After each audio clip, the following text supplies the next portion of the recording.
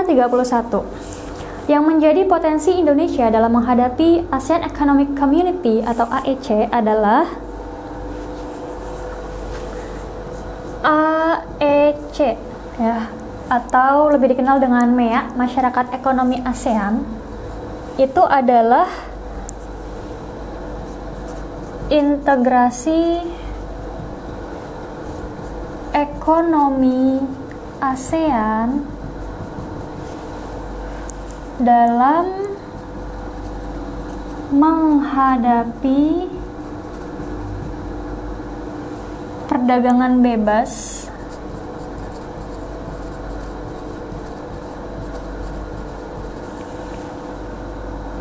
antara negara-negara ASEAN. Ya, kalian bayangkan di antara negara-negara ASEAN itu terjadi pertukaran tenaga kerja, barang yang mudah gitu ya. Kamu bisa dengan mudah bekerja di luar negeri, di negara-negara ASEAN. Begitupun dari luar ya, gampang masuk ke Indonesia. Investasi, tenaga kerja, barang gitu. Nah, apa yang menjadi potensi Indonesia di sini? Kita lihat pernyataannya. Nomor 1, jumlah penduduk terbesar di ASEAN. Iya ya, karena penduduk kita banyak, itu berpotensi sekali. Sehingga lapangan pekerjaan semakin luas dong, ya, tidak cuma mencakup satu Indonesia, tapi juga satu ASEAN, kayak gitu. Yang nomor 2, kualitas sumber daya manusia yang tinggi. Ini salah karena kualitas SDM kita masih rendah gitu ya, masih tergolong rendah. Yang nomor 3, sumber daya alam yang melimpah. Ini benar. 4, lokasi yang strategis menjadi jalur pelayaran. Iya, benar juga ya, sehingga memudahkan orang-orang dari negara lain datang ke Indonesia.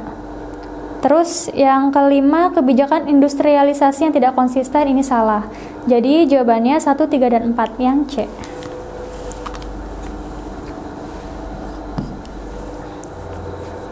Nomor 32. Keunggulan dari sistem informasi geografis terdapat pada angka. Ya, kita lihat pernyataannya. 1, data dapat dikelola dalam format yang kompak dan jelas. Ini benar. 2, data dapat dianalisis secara efisien. Ya, seperti yang kita tahu, SIG memiliki beberapa kemampuan analisis seperti overlay, buffering, scoring, networking ya. Nah, dengan kemampuan analisis tersebut sangat memudahkan manusia dalam mengolah data kayak gitu. Jadi manusia tinggal ngasih instruksi aja, maka yang bekerja adalah program dan hasilnya lebih cepat dan akurat, seperti itu. Jadi nomor 2 benar.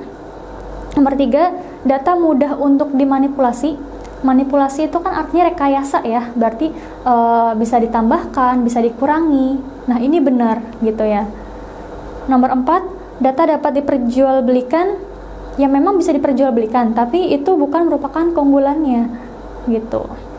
Nomor 5, data harus dijaga karena sulit mendapatkannya. Ini bukan keunggulan juga ya. Dan yang nggak mesti dijaga juga sih, emang kenapa gitu kan. Jadi 1, 2, dan 3 yang A.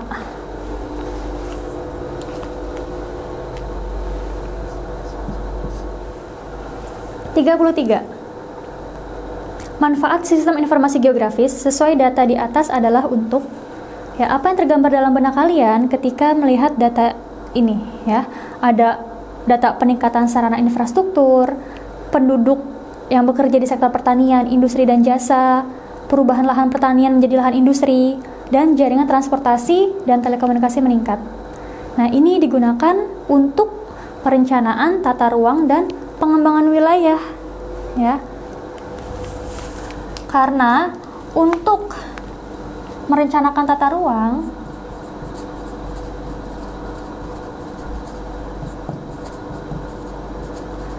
berarti kita harus tahu dong ya seluruh aspek yang ada di ruang tersebut, baik fisik maupun non fisik. Tadi infrastrukturnya kita harus tahu bagaimana,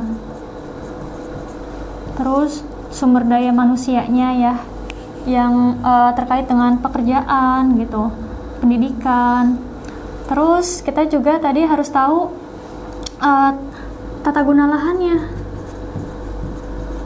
Berapa persen digunakan untuk pemukiman, berapa persen digunakan untuk perkantoran, berapa persen digunakan untuk ruang terbuka hijau gitu ya. Kemudian moda transportasi.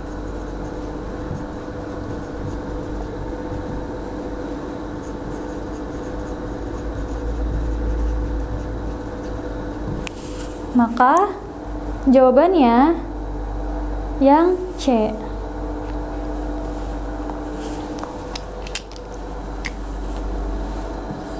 Dari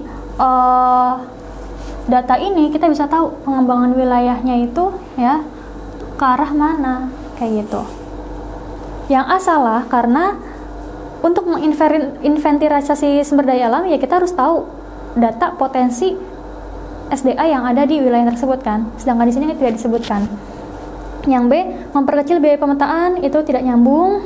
Yang D, identifikasi daerah banjir dan miskin. Kalau mau tahu daerah banjir ya kita harus tahu curah hujannya bagaimana ya, berarti butuh data curah hujan dan data ketinggian tempat atau kemiringan lereng. Yang E, mempercepat proses pengembangan wilayah, ini adalah tujuan atau goals-nya gitu setelah kita merencanakan tata ruang ini. Jadi kalau yang E ada yang ke-skip tuh gitu. 34. Klasifikasi desa swakarya terdapat pada angka.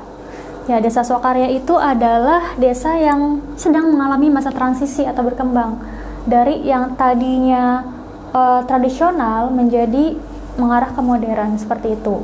Nah, ciri-cirinya adalah yang pertama terjadi perubahan terhadap adat istiadat. Yang tadinya memegang teguh adat gitu ya, kemudian mulai luntur. Terus mata pencaharian mulai beragam. Yang tadinya cuma 1 atau 2 jenis, misalkan sumber bertani gitu ya. Nah, mulai muncul jenis-jenis pekerjaan lain, seperti muncul industri-industri makanan kecil. Jadi banyak jenis pekerjaannya. Nah, ini terkait dengan poin yang ketiga. Karena jenis pekerjaannya banyak, maka produktivitas penduduknya pun akan bertambah. Seperti itu.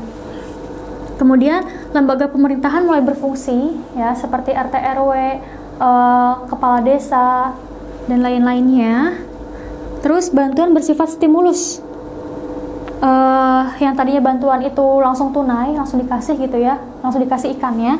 Nah, kalau ini istilahnya dikasih pancingannya aja gitu, sehingga penduduknya sendiri yang mengembangkan bantuan tersebut. Dan yang terakhir adanya lembaga sosial. Maka kita lihat pernyataannya di sini. 1, ketergantungan pada alam itu salah ya, itu merupakan ciri-ciri desa swadaya. Jadi ketika musim kemarau nggak ada hujan, ya udah gagal panen gitu, sangat bergantung pada kondisi alam. 2, adat istiadat mengalami transisi, ini benar. 3, lembaga-lembaga sosial masih sederhana, benar juga ya, karena tadinya nggak ada lembaga sosial nih, baru ada. 4, mata pencaharian mulai heterogen, mulai beragam kan, benar. Yang 5, pendidikan dan keterampilan masih rendah, itu swadaya. Jadi jawabannya yang C, 2, 3, dan 4. Nah, 35. Pola pemukiman desa yang terbentuk di daerah karst adalah, ya, perlu digarisbawahi bahwa yang ditanyakan di sini adalah pola pemukiman, bukan pola desa. Berarti susunan antar rumahnya itu seperti apa? Nah, ada 3 jenis pola pemukiman. Yang pertama yaitu memusat atau mengelompok, adanya di daerah pegunungan ya. Karena kan daerah pegunungan itu curam, terjal, sehingga ketika ada sedikit daerah yang datar atau landai, rumah-rumah pada mengelompok di situ ya, memusat. Jadi memusatnya di daerah yang datarnya gitu. Terus memanjang ya, mengikuti alur sungai, jalan raya, pantai, dan lain-lain. Kemudian menyebar, ada yang menyebar atau tersebar ya, sama aja. Ada yang secara teratur dan nggak teratur. Kalau yang tersebarnya itu teratur, itu ada di dataran rendah subur. Misalkan daerah pertanian gitu ya. Ini satu rumah dia punya sawah luas, satu rumah lagi punya sawah luas. Maka tersebar kan, pencar-pencar gitu, tapi teratur.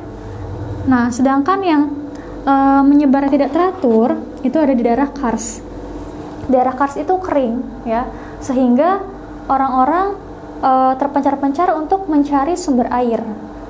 Namanya sumber air berarti kan nggak pasti dong adanya di mana-mana aja, ya kan, nggak teratur, maka menyebarnya pun juga nggak teratur gitu. Jadi nomor 35 jawabannya yang C, pola tersebar.